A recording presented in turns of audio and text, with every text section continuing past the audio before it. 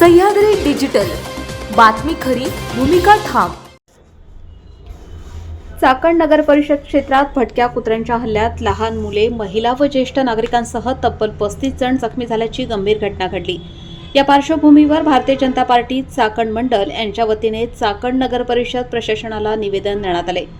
कुत्र्यांच्या हल्ल्यात जखमी झालेल्या सर्व रुग्णांच्या उपचाराचा संपूर्ण खर्च नगर परिषद कर्मचारी व संबंधित ठेकेदारांकडून करण्यात यावा अशी प्रमुख मागणी यावेळी करण्यात आली। तसेच भटक्या कुत्र्यांचा बंदोबस्त तातडीने करावा, अन्यथा तीव्र आंदोलन छेडण्याचा इशाराही भाजपकडून देण्यात आला आहे।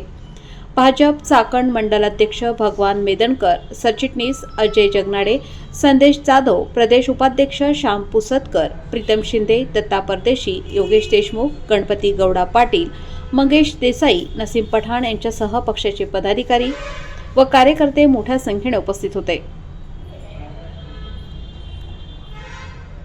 नमस्कार, मी भगवान मेदनकर, भारतीय जनता पार्टी चाकण मंडळाचा अध्यक्ष।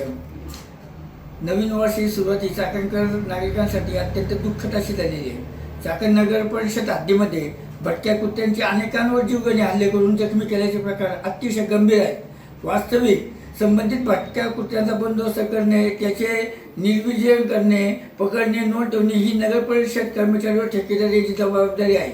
मात्र मागील कित्येक वर्ष या कामात अनागोंदी अनियमितता, बनावटपणा, भ्रष्टाचार होत असलेले अनेक भटक्या कुत्र्यांची समस्या वाढत चाललेली आहे। तरी सर्व भटक्या कुत्र्यांची त्यांच्यावर हल्ले केले, त्यांच्या उपचाराची व भरपाईची व्यवस्था संबंधित ठेकेदार कर्मचारी यांच्याकडून करण्यात यावी। तसेच संबंधित ठेकेदार कर्मचारी यांच्याविरुद्ध फौजदारी स्वरूपाचा गुन्हा नोंदवावा। संबंधित ठेकेदार व कर्मचारी यांच्यावर दंडात्मक व प्रशासकीय शिस्तभंगाची कारवाई करावी। याबाबतचं पत्र आज भारतीय जनता पार्टीच्या वतीने आम्ही चाकण नगर परिषदेला दिलेले आहे। लवकरात लवकर संबंधित रुग्णांना त्यांचा संपूर्ण खर्च उचलण्याची जबाबदारी नगर परिषद व ठेकेदारांनी घ्यावी, अशा प्रकारचं पत्र आम्ही त्या ठिकाणी आज नगर परिषदेला दिलेलं आहे।